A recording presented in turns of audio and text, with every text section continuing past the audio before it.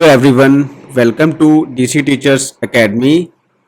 हिंदी वर्णमाला का ये पार्ट 3 वीडियो है और दो पार्ट मैं ऑलरेडी बना चुका हूँ जिसमें मैंने 1 से लेकर के 120 क्वेश्चंस तक कवर कर लिए हैं। तो आज हम जो हिंदी वर्णमाला का जो पार्ट 3 है जिसमें आपके 121 से 200 तक आपके क्वेश्चंस होंगे उनको कवर करने वाले हैं। तो चलिए स्टार्ट करते हैं। अगर आपने मेरा चैनल सब्सक्राइब नहीं किया है तो सब्सक्राइब कर दीजिए और बेल आइकन को दबा दीजिए। तो देखिए, क्वेश्चन है हिंदी की स्पर्श अघोष घोष महाप्राण दंत व्यंजन ध्वनि है। तो ध्यान रखना, था जो है ये आपकी स्पर्श होती है, अघोष भी होती है। मैंने बताया था स्पर्श में क्या जाते हैं, का से पा वर्ग तक का जो आता है वो किस में आ जाता है, आपका स्पर्श व्यंजन में आ जाता है। अगर हम अघोष की बात करें तो प्रत्येक वर्ग का जो पहला और दूसरा जो व्यंजन होता है वो आपका किस में आता है, वो आपका अघोष में आता है। ठीक है।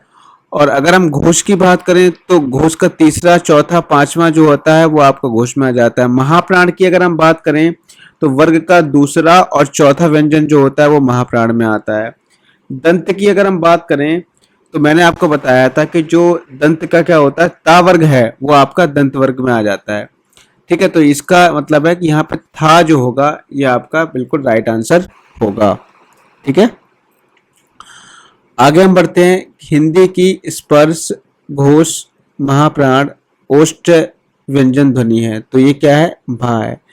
तो स्पर्श मैंने बता ही दिया, का वर्ग से पा वर्ग, और घोष मैंने बताया था किसी वर्ग का आपका तीसरा चौथा पंचम वर्ण जो होता है वो घोष होता है। महाप्राण में मैंने क्या बताया था, महाप्राण में बताया था दूसरा और चौथा वर्ण जो होता है वो आपका महाप्राण होता है। ठीक है। तो ये ऑप्शन नंबर क्या होगा, भा सही होगा। ठीक है। आगे हम बढ़ते हैं। निम्नलिखित में से कौन सा स्वर संवृत है। तो संवृत स्वर क्या है, आपका ई जो है, आपका ई कैसा स्वर होगा, संवृत स्वर होगा।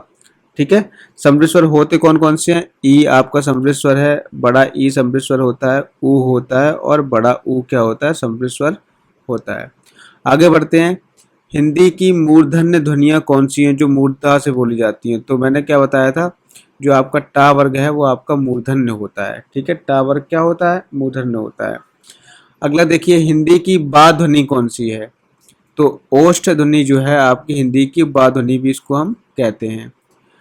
निम्नलिखित में से दंत ध्वनि है, दंत जो दांत से बोली जाती है, तो दंत ध्वनि का मतलब है ता वर्ग, और ता वर्ग में कौन सा आता है, तो ता आ ही गया यहाँ पे। अगला क्वेश्चन है, निम्नलिखित ध्वनियों में से कौन सी दंतोष्ठ ध्वनि है। तो वाह क्या है, आपकी दंतोष्ठ होती है। ठीक है। दंतोष्ठ में वाह होता है और इसके अलावा क्या होता है, फा होता है। आगे बढ़ते हैं। निम्नलिखित वर्णों में से कौन सा मूर्धन्य ध्वनियों का है। तो देखो यहाँ पे मूर्धन्य क्या होता है, टा वर्ग आपका मूर्धन्य होता है, बता ही चुका हूँ।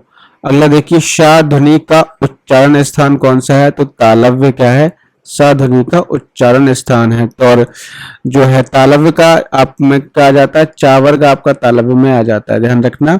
और जो अंतस्थ में या जो होता है वो तालव्य होता है, और जो ऊष्म व्यंजन का सा होता है वो आपका तालव्य होता है, ध्यान रखना। निम्नलिखित में से कौन सा व्यंजन पार्श्विक है। तो ला जो होता है वो पार्श्विक होता है। निम्नलिखित में से कौन एक संयुक्त व्यंजन नहीं है। तो शा त्रा ज्या इस संयुक्त, शा आपका संयुक्त नहीं होता है। यार अलावा क्या होते हैं आपके, आपको पता ही है, अंतस्थ व्यंजन कहलाते हैं ये। निम्नलिखित में से अर्ध स्वर कौन सा है। तो अर्ध स्वर कौन सा है, या को हम क्या कहते हैं, आपका अर्ध स्वर कहते हैं। यह हमारा यहाँ पे क्या है, अर्ध स्वर है, ध्यान रखना। और वैसे अगर देखे जाए तो आपके अर्ध स्वर दो होते हैं, या और वा, या आपके क्या है, अर्ध स्वर होते हैं। इनमें से कौन सा संयुक्त व्यंजन नहीं है। तो फा जो है संयुक्त व्यंजन नहीं है, बाकी क्या है, आपके दोनों संयुक्त व्यंजन है। आपके शा या त्राय संयुक्त व्यंजन है। निम्नलिखित में से कौन सा व्यंजन पार्श्विक है। तो ला क्या होता है, पार्श्विक होता है। भाषा विज्ञान की दृष्टि से ऊ किस प्रकार का है। तो ऊ जो है पश्च संवृत होता है। ठीक है। पश्च संवृत होता है ऊ। आगे बढ़ते हैं।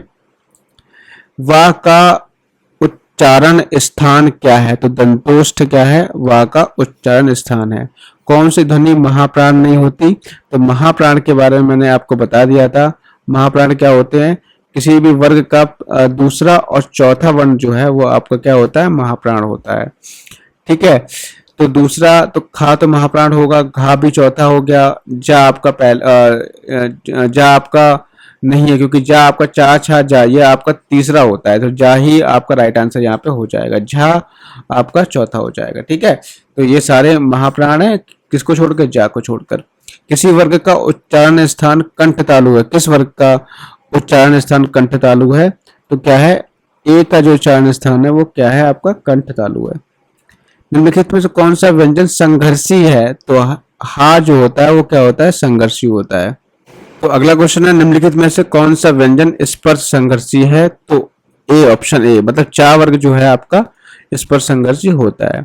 विसर्ग से बना शब्द कौन सा है, तो विसर्ग से नी स्प्रह बना हुआ है, तो यहाँ पे विसर्ग लगा भी है। ठीक है, तालव्य व्यंजन है, तो तालव्य व्यंजन क्या होता है आपका, जो चा वर्ग होता है वो तालव्य होता है। ठीक, आगे बढ़ते हैं।